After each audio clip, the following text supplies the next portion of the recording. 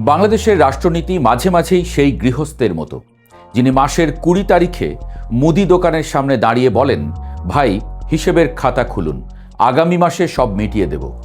দোকানদার হেসে খাতা বাড়িয়ে দেন বটে, কিন্তু সঙ্গে ডাল, তেল, চালের দামটাও একটু বাড়িয়ে দেন। আন্তর্জাতিক অর্থ তহবিল অর্থাৎ IMF-এর সঙ্গে বাংলাদেশের বর্তমান সম্পর্কটাও অনেকটা সেই জাতের।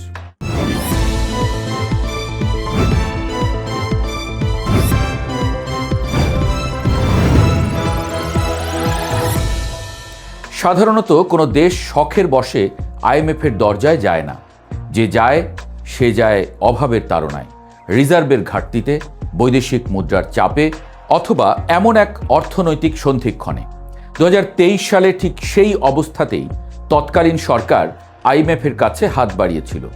$4.7 বিলিয়ন ঋণ চুক্তি হয়েছিল। পরে 2024 সালের আগস্টে রাজনৈতিক পট পরিবর্তনের পরে অন্তর্বর্তী সরকারের সময়ে আরও $800 মিলিয়ন বাড়ানো হয়। সব মিলিয়ে চুক্তির পরিমাণ দাঁড়ায় আরও বড়। এখন পর্যন্ত বাংলাদেশ প্রায় $3.64 বিলিয়ন পেয়েছে।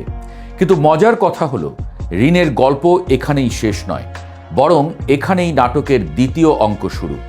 কারণ 2023 সালে শুরু হওয়া চলমান ঋণ কর্মসূচির ষষ্ঠ কিস্তির টাকাই এখনও আটকে আছে।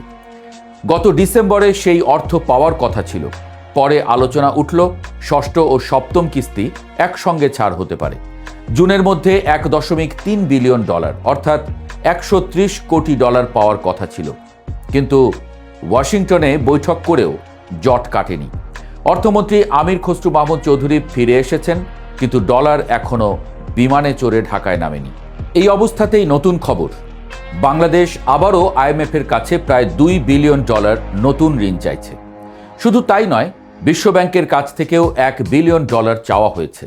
ওয়াশিংটনে বিশ্বব্যাংক ও IMF-এর সঙ্গে বৈঠকে এমন প্রস্তাব দেওয়া হয়েছে বলে অর্থ মন্ত্রণালয়ের কর্মকর্তারা ইঙ্গিত দিয়েছেন।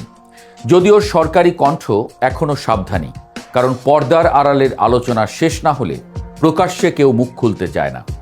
রাষ্ট্রের অর্থনীতিতে অনেক সময় সত্য কথাও লাজুক কোণের মতো শোনায়। সবাই জানে, কিন্তু মুখে কেউ আনে না। এখানে প্রশ্ন উঠতেই পারে, চলমান কর্মসূচির টাকা যখন আটকে, তখন নতুন ঋণের কথা কেন? অর্থনীতিবিদদের অনেকে বলছেন এর পেছনে মূল কারণ হল জ্বালানি ব্যয়। ইরান যুদ্ধের কারণে জ্বালানির আন্তর্জাতিক বাজারে চাপ বেড়েছে। বাংলাদেশকে অতিরিক্ত প্রায় $3 বিলিয়ন ব্যয় করতে হচ্ছে। সরকার রিজার্ভ থেকে সেই অর্থ খরচ করতে চাইছে না, কারণ রিজার্ভে হাত দিলে আমদানি সক্ষমতা কমবে, ঋণ পরিশোধের সক্ষমতা দুর্বল হবে, ডলারের বাজারে অস্থিরতা বাড়বে, আর টাকার মান পড়ে গেলে শেষে পকেট কাটা হবে নাগরিকেরই। এই জায়গায় সিপিডির সম্মাননীয় ফেলো ডক্টর মুস্তাফিজুর রহমানের বক্তব্য যথেষ্ট তাৎপর্যপূর্ণ। তার ধারণা, এই বাড়তি জ্বালানি ব্যয়ের চাপ সামলাতেই সরকার বিশ্বব্যাংক, IDB ও IMF-এর মতো সংস্থাগুলোর দিকে তাকাচ্ছে। কারণ রিজার্ভে হাত দিলে শেষ পর্যন্ত মানুষের উপরেই করের বাড়তি চাপ আসতে পারে। কিন্তু অর্থনীতির ব্যঙ্গ এখানেই, ঋণ নিলেও চাপ, ঋণ না নিলেও চাপ।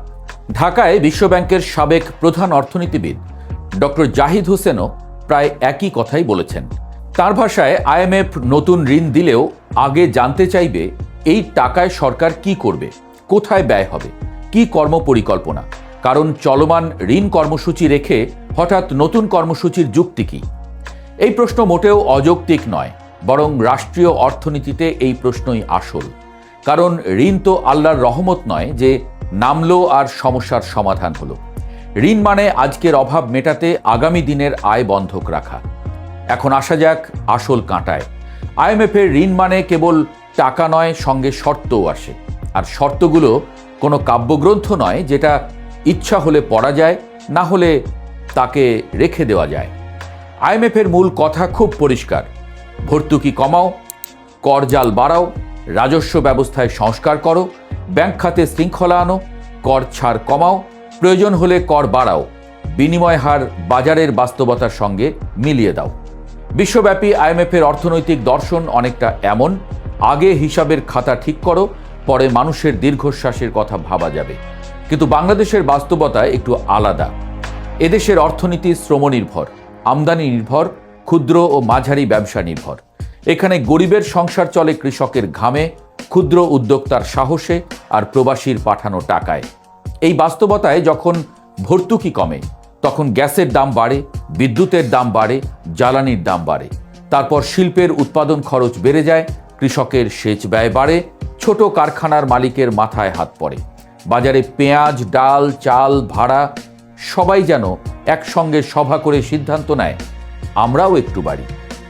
ইতোমধ্যে আইএমএফের শর্ত অনুযায়ী সরকার জ্বালানি তেলের দাম বাড়িয়েছে, বিদ্যুতের দাম বাড়ানোর প্রক্রিয়াও চলছে। একটি কমিটি এ নিয়ে কাজ করছে। কথাটা শুনতে খুব প্রশাসনিক, কিন্তু এর বাংলা অনুবাদ বাজারের মানুষ ভালো বোঝে, আরও চাপ আসছে। অবশ্য আইএমএফের কিছু ইতিবাচক দিকও আছে। তারা রিজার্ভের হিসাব স্বচ্ছ করতে চায়। বাজেট ঘাটতি, রাজস্ব পরিকল্পনা, ব্যাংকিং খাতের দুর্বলতা এসব জায়গায় জবাবদিহি বাড়াতে চাপ দেয়। কর প্রশাসন আধুনিক করা, খেলাপি ঋণ কমানো, সুদের হার বাজার ভিত্তিক করা এসব কাঠামোগত সংস্কারের কথা তারা তোলে। আর আন্তর্জাতিক বাজারে আইএমএফের অনুমোদন এক ধরনের সিগন্যালও দেয়, যার ফলে বিশ্বব্যাংক, এডিবি, জাইকা প্রভৃতি সংস্থাও সহযোগিতায় আগ্রহী হয়। কিন্তু সাধারণ মানুষের কাছে অর্থনীতির বড় বড় শব্দের চেয়ে বড় কথা একটাই, মাসের শেষে বাজার করা যাচ্ছে কিনা। এখানেই সমস্যা। সুদের হার বাজার ভিত্তিক হওয়ার ফলে ব্যাংকগুলো ঝুঁকি বিবেচনা করে ঋণের সুদ বাড়াচ্ছে। আগে ব্যবসায়ীরা অন্তত জানতেন কত হারে ঋণ পাবেন। এখন ক্ষুদ্র উদ্যোক্তা ঋণ নিতে গিয়ে দেখছেন ব্যাংকারের মুখে হাসি আছে, কিন্তু সুদের কাগজে ঘাম ঝরছে। এতে নতুন বিনিয়োগ কমছে, শিল্প সম্প্রসারণ ধীর হচ্ছে, কর্মসংস্থানও কমছে। আরেকটি বড় চাপ আসছে কর খাত থেকে। বাংলাদেশের কর জিডিপি অনুপাত দক্ষিণ এশিয়ায় সবচেয়ে কম, প্রায় 9% কাছাকাছি। তাই আইএমএফ চায় করজাল বাড়ুক। তত্ত্ব হিসেবে কথাটা ঠিক, কিন্তু বাস্তবে যদি করজাল বাড়ানো মনে হয়, একই মানুষকে আরও চাপ দেওয়া, তাহলে সেটা চিকিৎসা নয়, নতুন রোগ। কর প্রশাসন এখনও জটিল। ছোট ব্যবসায়ের জন্য কর রিটার্ন দেওয়া মানে অনেক সময় পরীক্ষার খাতা পূরণের মতো। আইএমএফ আধুনিকতার কথা বলে, কিন্তু বাস্তবের বাংলাদেশ এখনও কাগজ, সিল, স্বাক্ষর আর লাইনের দেশে দাঁড়িয়ে। চলমান ঋণ কর্মসূচির শর্তগুলো নিয়েও প্রশ্ন কম নয়।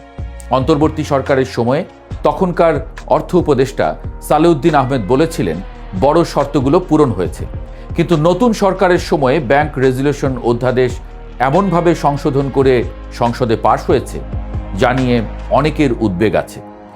সংশোধনের ফলে দুর্বল ব্যাংকের পুরনো শেয়ারধারীদের আবারও মালিকানায় ফেরার সুযোগ তৈরি হয়েছে।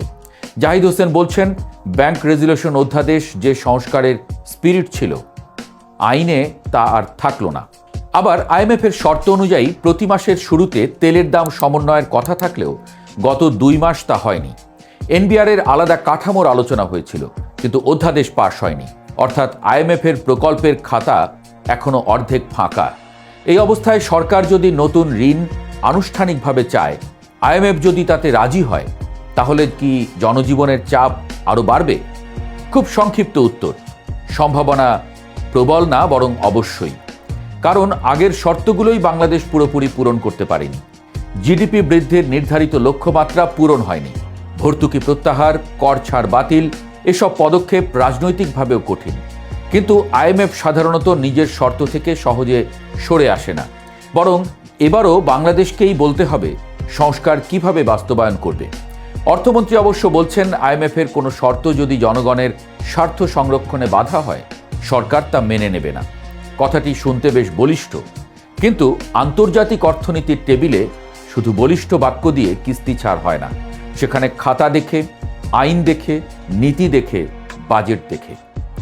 জুনে জাতীয় বাজেট ঘোষণার পর আইএমএফের প্রতিনিধি দল ঢাকায় আসতে পারে। অর্থনীতিবিদদের ধারণা, তারা দেখবে সংস্কারের প্রতিফলন বাজেটে কতটা আছে। তারপরই হয়তো আটকে থাকা কিস্তির সিদ্ধান্ত হবে। এই পুরো ঘটনাটার মধ্যে সবচেয়ে বড় ব্যঙ্গ সম্ভবত এটাই, সরকার বলছে নতুন ঋণ জনজীবনের জন্য চাপ কমাতে চায়, অথচ সেই ঋণের শর্তই আবার জনজীবনের উপর নতুন চাপ তৈরি করতে পারে। তবে আইএমএফকে পুরোপুরি দোষ দিয়ে হাত ধোয়া সহজ, কিন্তু সমাধান নয়। বিকল্পও আছে।